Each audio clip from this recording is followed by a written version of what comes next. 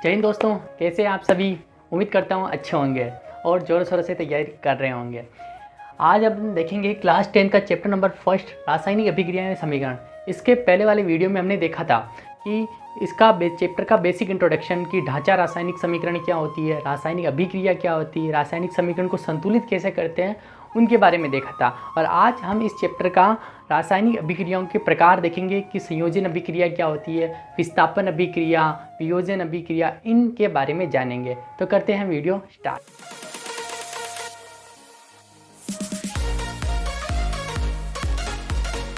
दोस्तों, रासायनिक अभिक्रियाओं के प्रकार में पहली जो अपनी रिएक्शन आती है वो आती है संयोजन अभिक्रिया। संयोजन अभिक्रिया से आप समझ पाएंगे कि जब दो या दो से अधिक पदार्थ जुड़कर या संयोग करके एक नया उत्पाद बनाते हैं, यानी कि दो उत्पाद या दो पदार्थ जुड़ के नया उत्पाद बनाते हैं, नया पदार्थ बनाते हैं, उसे अपन क्या कहते हैं, संयोजन अभिक्रिया कहते हैं। आइए समझते हैं इसको। जैसे कि अपन देखते हैं, आपने कल्ली देखी होगी, बिना बुझा चुना CaO, ठीक है। तब ये CaO को अपन जल के संपर्क में लाते हैं, ठीक है। तो ये जल के संपर्क में जैसे CaO आता है तो ये कैल्शियम डाइहाइड्रोक्साइड बना लेता है और इसके साथ ही बहुत सारी ऊष्मा निकलती है। यानी कि जब ये सॉलिड स्टेज में होता है, अपनी नॉर्मल स्टेज में होता है, तब इसका तापमान 0 होता है। बट इसको जैसे ही जल के संपर्क में लाएंगे तो ये कैल्शियम डाइहाइड्रोक्साइड बनाएगा और साथ ही इसका तापमान बहुत बढ़ जाता है और बहुत सारी हीट रिलीज होती है। यानी कि दो पदार्थ मिलकर एक उत्पाद बना रहे हैं, इसे क्या कहते हैं, संयोजन अभिक्रिया कहते हैं। आइए डेफिनेशन देखते हैं इसकी। जब दो या दो से अधिक पदार्थ संयोग करके एकल उत्पाद का निर्माण करते हैं, दो या दो से अधिक पदार्थ हैं, इस जो संयोग करके क्या एकल उत्पाद का निर्माण कर रहे हैं, तो इसे अपन क्या कहते हैं, इस ऐसी अभिक्रिया को संयोजन अभिक्रिया कहते हैं। नेक्स्ट एग्जाम्पल देखते हैं। जैसे कोई कार्बन है, जैसे कोई कागज़ है, कागज़ का बना होता है, कार्बन का बना होता है। अब कोई कार्बन को अपन ऑक्सीजन की प्रेजेंस में जलाते हैं, तो ऑक्सीजन के प्रेजेंस में जलाएंगे तो क्या बनेगा, CO2 गैस बन जाएगी और इसी के साथ कोई ऊष्मा रिलीज होती है। तो यानी कि दो पदार्थ मिलकर एक एकल उत्पाद का निर्माण कर रहे हैं, तो इसे अपन संयोजन अभिक्रिया कहते हैं। यानी संयोजन अभिक्रिया आप समझ चुके होंगे कि दो पदार्थ मिलकर यानी संयोग करके एकल उत्पाद का निर्माण करें, तो उसे संयोजन अभिक्रिया कहते हैं। दोस्तों, इसी के साथ एक और रिएक्शन आती है ऊष्माक्षेपी अभिक्रिया।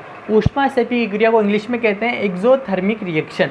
एक्सोथर्मिक से आप समझ सकते हैं क्या, एग्जिट यानी बाहर निकलना, यानी कि ऊष्माक्षेपी अभिक्रिया जिसमें ऊष्मा क्या निकलती हो, बाहर निकलती हो, उसे ऊष्माक्षेपी अभिक्रिया कहते हैं। अब जैसे ये अपनी संयोजन अभिक्रिया हो रही है, जैसे कैल्शियम ऑक्साइड को अपन जल के साथ मिलाया, CaOH का OH बन गया इसका। अब इसी के साथ ऊष्मा निकली, तो जो क्या कह रहा है कि भाई जिन अभिक्रियाओं में उत्पाद के साथ साथ ऊष्मा भी उत्पन्न होती है या बाहर निकलती है, उसे ऊष्माक्षेपी अभिक्रिया। यानी यहाँ क्या निकल रही है, ऊष्मा बाहर निकल रही है, यानी उत्पाद के साथ क्या निकल रहा है, ऊष्मा बाहर निकल रही है। तो ऊष्माक्षेपी अभिक्रिया आपको समझ में आ गई होगी।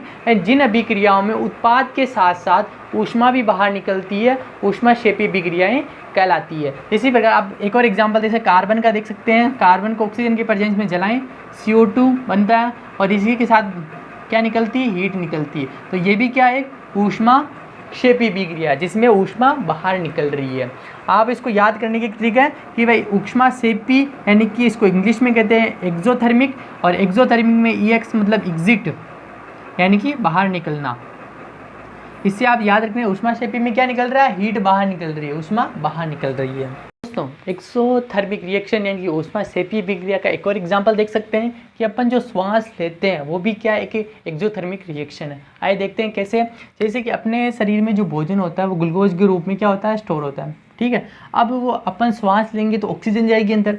अब वो ग्लूकोज ऑक्सीजन के साथ रिएक्शन करके कार्बन डाइऑक्साइड और जल के अणु बनाती है और उसी के साथ क्या बनाती है, हीट बनाती है। यानी कि उत्पाद के साथ क्या बन रहा है, हीट बन रही है, ऊष्मा बन रही है। तो इसी को अपन क्या कह रहे हैं, ऊष्माक्षेपी अभिक्रिया कह रहे हैं।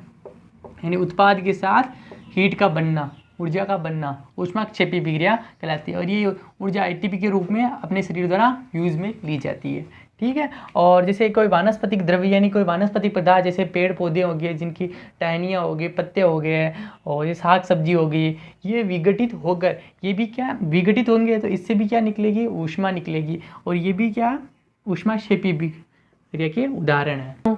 दूसरी अपनी अभिक्रिया आती है वियोजन अभिक्रिया, जिसे अपन कहते हैं अपघटन अभिक्रिया। ये क्या होती है? ऐसी रासायनिक अभिक्रियाएं जिसमें एकल अभिकारक टूटकर दो या दो से अधिक उत्पाद बनाता हो, वियोजन अभिक्रिया कहते हैं। जैसे कि इसको एग्जांपल्स के माध्यम से समझते हैं। जैसे कि कैल्शियम कार्बोनेट है CaCO3, अगर इसको अपन हीट दें, ये किसका सिंबल है? हीट का। अगर इसको अपन हीट दें तो ये कैल्शियम ऑक्साइड और CO2 में टूट जाता है। तो ये क्या कह रही है अभिक्रिया? ऐसी रासायनिक अभिक्रिया जिसमें एकल अभिकारक, ये क्या अपना, ये एकल अभिकारक है अपना, ये एकल अभिकारक टूटकर दो या दो से अधिक, ये दो या दो से अधिक उत्पाद बनाता हो, उसे अपन वियोजन अभिक्रिया कहते हैं। और इसे अपघटन अभिक्रिया इसलिए कह रहे हैं क्योंकि इसका अपघटन हो रहा है और ये दो में टूट रहा है, तो इसे अपन वियोजन अभिक्रिया कहते हैं।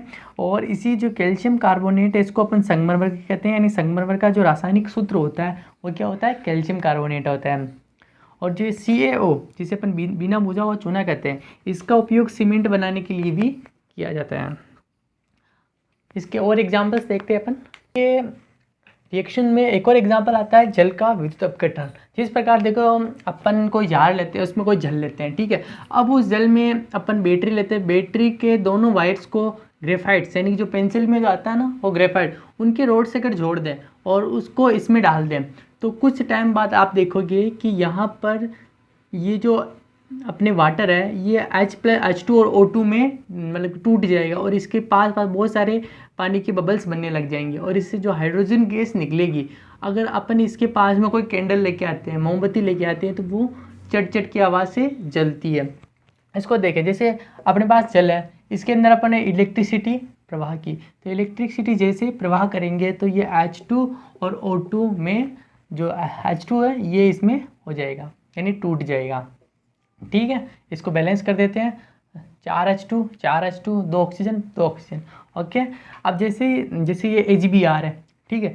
AgBr में क्या होता है कि जैसे इसको सनलाइट यानी कि धूप में रखते हैं, सिल्वर ब्रोमाइड को जैसे धूप में रखते हैं तो ये सिल्वर और ब्रोमाइड में टूट जाता है, यानी वियोजन अभिक्रिया हो रही है, एकल अभिकर्मक दो उत्पाद में टूट रहा है, ठीक है। इसी प्रकार अपन AgCl को सनलाइट यानी धूप में जैसे ही रखते हैं तो ये Ag और Cl2 में टूट जाता है, यानी कि वियोजन अभिक्रिया में क्या होता है? एकल अभिकर्मक दो या दो से अधिक उत्पाद में टूट जाता है, उसे अपन वियोजन अभिक्रिया कहते हैं। वियोजन अभिक्रिया के और एग्जांपल्स देखें तो उसमें आता है जैसे कि अपने पास FeSO4 है, ठीक है। FeSO4 को जैसे अपन हीट देवें, एकल अभिकर्मक है, हीट देंगे तो ये दो या दो से अधिक उत्पाद में टूट जाएगा। जैसे कि FeSO4 को अपन हीट देते हैं तो ये Fe2O3 फेरिक ऑक्साइड में और SO2 और SO3 में टूट जाता है।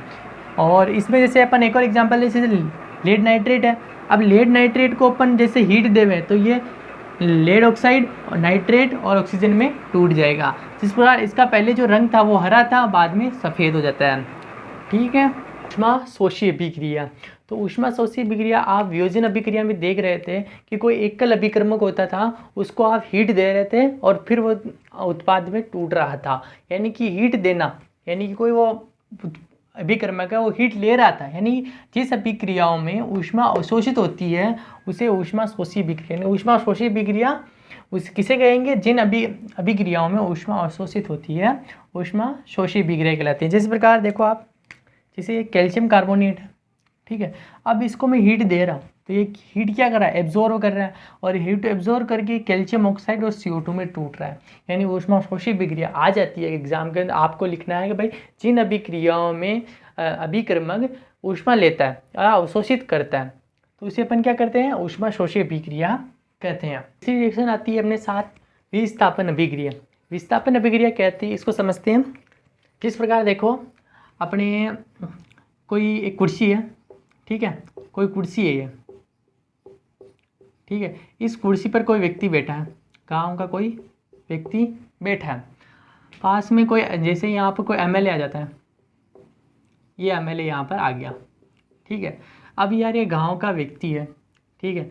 अभी इसके पास कोई MLA आएगा तो ये अपनी कुर्सी इसको दे देगा, या ये MLA इसकी कुर्सी ले लेगा क्योंकि बड़ा व्यक्ति है, तो इससे इसकी कुर्सी ले लेगा और ये कुर्सी पर बैठ जाएगा और इसको उतार देगा। यानी कि विस्थापन अभिक्रिया भी कुछ ऐसे ही है कि इसमें क्या होता है, कोई अधिक क्रियाशील तत्व कम क्रियाशील तत्व को उसके यौगिक से विस्थापित कर देता है। जैसे रिएक्शन देखते हैं, जैसे मैं Fe की रिएक्शन किससे करवा दूँ, मतलब कि Fe की रिएक्शन CuSO4 से करवाऊँ तो क्या बनेगा, FeSO4 प्लस Cu बाहर निकल जाएगा, Cu विलयन में चला जाएगा। यानी कि जो ये Fe है ये अधिक क्रियाशील तत्व है, किससे, कोफर से।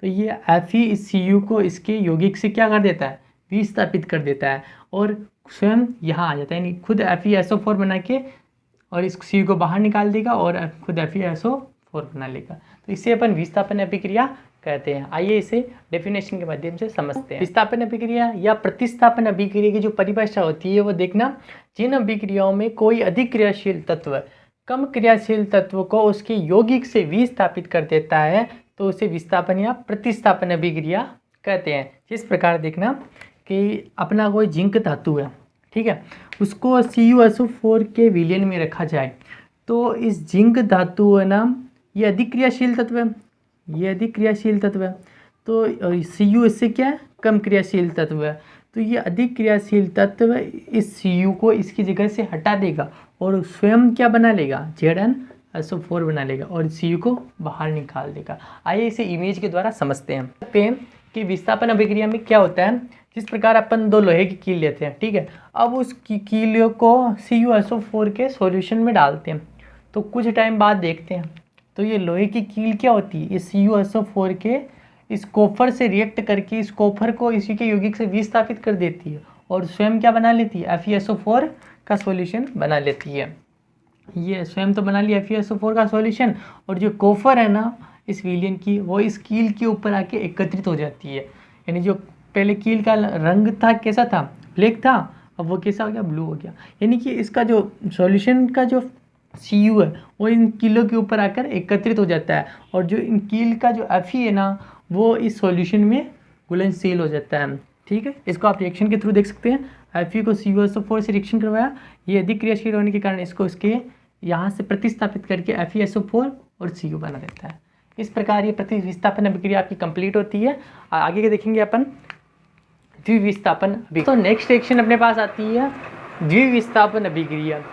विस्थापन अभिक्रिया जिसको अपने नाम से ही पता चल जाता है कि उसका अधिक क्रियाशील तत्व उसके कम क्रियाशील तत्व को उसके यौगिक से विस्थापित कर देता है। संयोजन में भी समझ में आ जाता है कि भाई दो तत्व आपस में संयोग करके एकल उत्पाद बना रहे हैं। संयोजन में भी समझ में आ जाता है कि एकल अभिकर्मक टूटकर दो या दो से अधिक उत्पाद बनाता है। बट द्विविस्थापन अभिक्रिया क्या, तो इसको समझते हैं कि भाई जब अभिकारक के बीच आयनों का आदान प्रदान हो, इसको रिएक्शन के माध्यम से समझते हैं कि जैसे अपने पास क्या है Na2SO4 है, ठीक है। पहले इसको आयनों में डिसोसिएट करूँ मैं तो इसको मैं क्या लिख सकता हूँ, Na प्लस और SO4 2-, क्योंकि Na प्लस है और SO4 ये 2 किसका, इसका है, तो ये इसको मैं आयनों में लिख दिया। इसको भी आयनों के अंदर लिख दूँ Ba+2 और Cl-, इसको भी आयनों के रूप में लिख दिया। अब जैसे इसका प्लस इसके माइनस से रिएक्शन करके NaCl बना दे और इसका माइनस इसके प्लस के साथ के रिएक्शन करके BaSO4 बना दे, यानी कि इसके 2 से ये 2 कट जाएगा और ये BaSO4 आसानी से रिएक्शन कर लेगी, ठीक है। तो ये इनके आयनों का, इनके बीच क्या हो रहा है, आयनों का आदान प्रदान हो रहा है।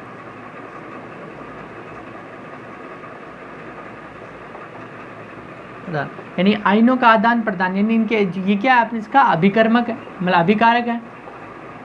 तो रिएक्शन क्या कह रही है, अभिकारकों के बीच आयनों का आदान प्रदान ही क्या कहलाता है, द्विविस्थापन अभिक्रिया कहलाता है। यानी कि आप देखेंगे कि द्विविस्थापन अभिक्रिया में जो ये भी अभिकर्मक है तो इसके दो ये आयन और इसके आयन आपस में इंटर रिएक्ट करके क्या बनाते हैं, NaCl और BaSO4 बनाते हैं और इसे अपन कहते हैं द्विविस्थापन अभिक्रिया। तो दोस्तों एक रिएक्शन अपने पास आती है अवक्षेपण अभिक्रिया। अवक्षेपण अभिक्रिया क्या होती है, ऐसी रासायनिक अभिक्रिया जिसके अंदर क्या होता है, अवक्षेप का निर्माण होता है ना। यानी कि जैसे परग नली ली, उसके अंदर अपने किसी भी को, जैसे कि लेड नाइट्रेट लिया आपने, अब इस लेड नाइट्रेट की रिएक्शन मैंने पोटेशियम आयोडाइड से करवाई।